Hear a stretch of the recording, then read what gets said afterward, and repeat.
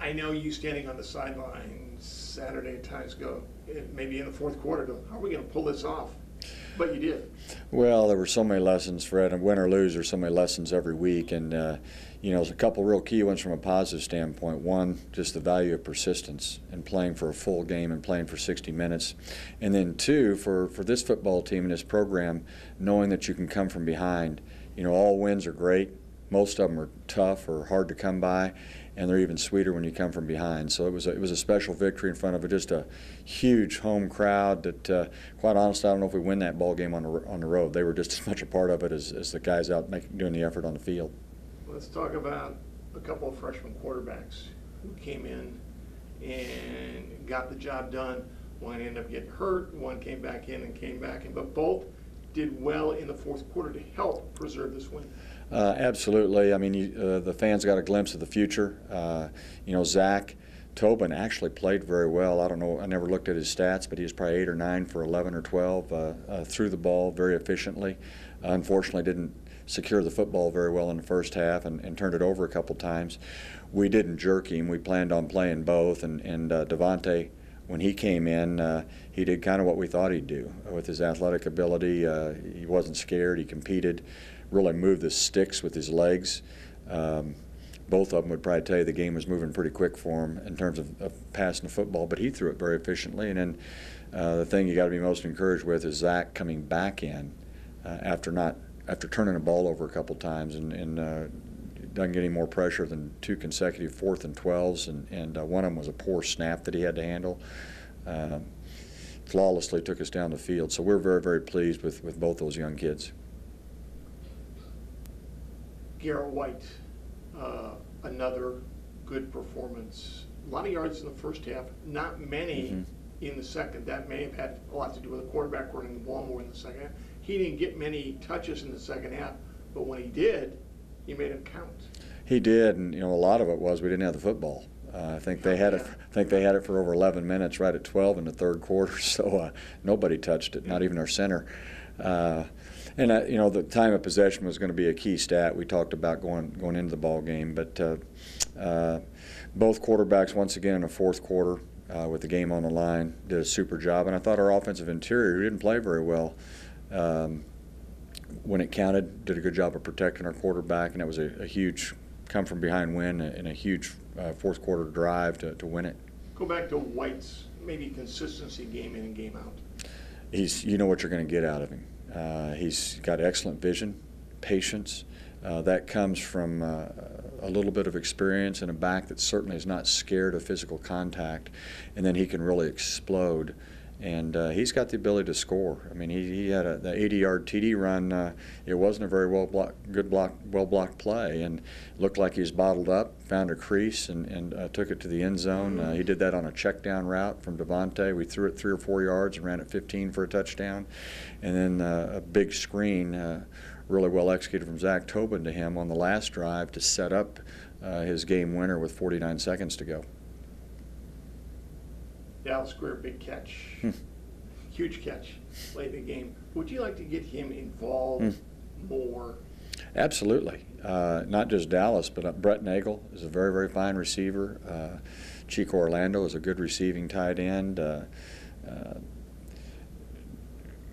Haferbeer out there is outstanding, along with Kurt Lloyd. It's a good receiving core, and we're a little frustrated right now as an offensive unit that we're unable right now to get it to him and get it to him down the football field. So that's certainly something we're working very hard to do a little better in that area.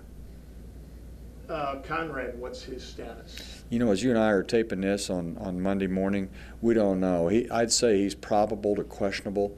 It's a foot sprain. He's going to try and practice Tuesday.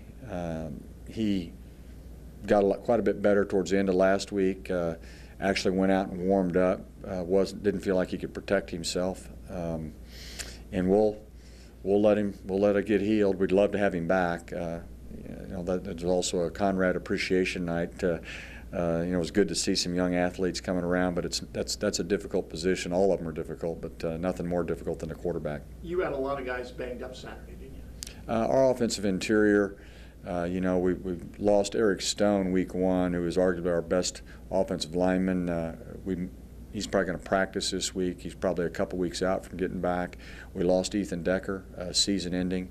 You know, and just he had an unbelievable week, obviously with the loss of his father, and a month ago his grandfather, and then he tore his ACL in the second quarter, and he was right now our best lineman from a physical standpoint. So and then Brad Wellman, another center, turned an ankle, tweaked an ankle that he sprained earlier in the season. So all of a sudden we were down to our third center, and it was a mash unit for a little bit there in the second and third quarters. Your defense now goes from trying to stop their wishbone deal to a team that's going to throw the ball that threw for over 400 yards last week. Completely different set of circumstances. Welcome to college football and playing defense. You know, that's part of the process, is figuring out what you do philosophically, and there's teams are so drastically different from one week to the next. That's just part of the puzzle. So, you know, certainly our secondary has been a work in progress. They've gotten better rapidly. Chris Stanton got his first interception last week, a freshman from Texas, and T.J. Fine, a redshirt freshman, Austin Zoda, a redshirt freshman, free safety, Tremaine Millender, you're seeing more and more, you know, a two-way player for us playing back there that's played a bunch of snaps. So we think we've improved a bunch since the Grand Valley game. We'll find out. And then part of that equation will also be trying to get after a very fine quarterback and moving him off the spot and disrupting his timing. Key will be to obviously ball control and keep them off the field. Absolutely. You know, and we've got to do a much better job with that. We did an excellent job 2 weeks ago in the first half against Grand Valley to keep us in the ball game. We've got to get back to that formula. We've got to get back to playing good offense. We're not a very good offensive football team as we're sitting here speaking, and in fact, it's our pride's hurting a little bit. We've got to get back to the basics. We're not playing very fast. We're simply not executing. So it starts with that aspect, and then defensively it'll start with us, Fred, believe it or not, with stopping the run or minimizing the run to get them into a throw-only game. Yeah, they gained 160 yards on the ground last whole. As far as quarterback, if Conrad doesn't start, do you have an idea what you might do? You know, we'll sort that out. We probably would start Zach Tobin and play both quarterbacks. And you're also going to see Bo Bell, another redshirt freshman, is an excellent quarterback and as good as the other two kids. We're packaging him. He's got an excellent bottom half and handles the ball well. As a kind of a wildcat from an option standpoint, but he also can throw the football and throw it effectively.